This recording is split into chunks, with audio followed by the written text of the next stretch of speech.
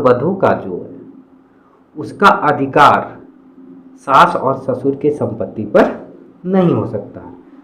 Husband के अपने husband के संपत्ति पर हो सकता है, लेकिन सास और ससुर के संपत्ति पर नहीं हो सकता है। लेकिन ब्रिटिश कानून में यह व्यवस्था है कि सास और ससुर के संपत्ति पर कुछ कंडीशन में पुत्र वधू के का अधिकार हो सकता है, उसको घर से निकाला नहीं जा सकता। लेकिन भारतीय कानून में अभी तक वो व्यवस्था नहीं हुआ है।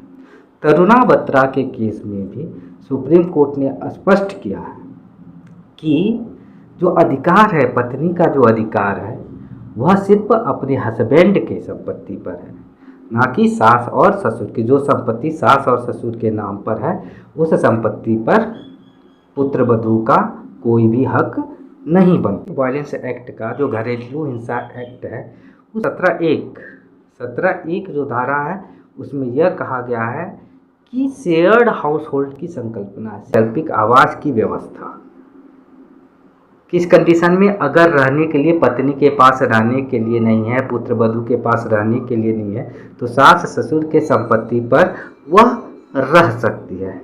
लेकिन वायलेंस एक्ट 2005 में, जो कि घरेलू हिंसा अधिनियम है, जो महिलाओं को लेकर के, महिलाओं पे जो हिंसा होती है उस चीज़ को लेकर के बना है कि महिलाओं पे हिंसा कैसे है, शेयर्ड हाउस होल्ड यानी साझी परिसंपत्ति क्या है। तरुणा बत्रा वाले केस में, तरुणा बत्रा वाले केस में यह स्पष्ट कर दिया गया है, साझी जो गृहस्थी है उसके अंतर्गत कौन सी संपत्ति आती है, वो जो हस्बैंड ने जो कमाया हुआ या हस्बैंड ने कोई रेंट पे लिया हुआ चीज़, उस पर पत्नी का अधिकार है। लेकिन अगर हस्बैंड को जो संपत्ति नहीं मिली हुई है, वो उसके माँ बाप की संपत्ति है, उस पर वो अगर रह रहा है, तो उस कंडीशन में पत्नी का अधिकार उस पर नहीं है। वायलेंस एक्ट के धारा 19(1) में 19(1)(f) में यह वर्णित किया गया है अल्टरनेटिव अकोमोडेशन का, यानी अगर पत्नी को, हस्बैंड और वाइफ को रहने के लिए नहीं जगह मिल रहा है या पत्नी को जगह नहीं है रहने के लिए, तो उस कंडीशन में यह व्यवस्था है कि पत्नी को रहने के लिए जगह दिया जाए।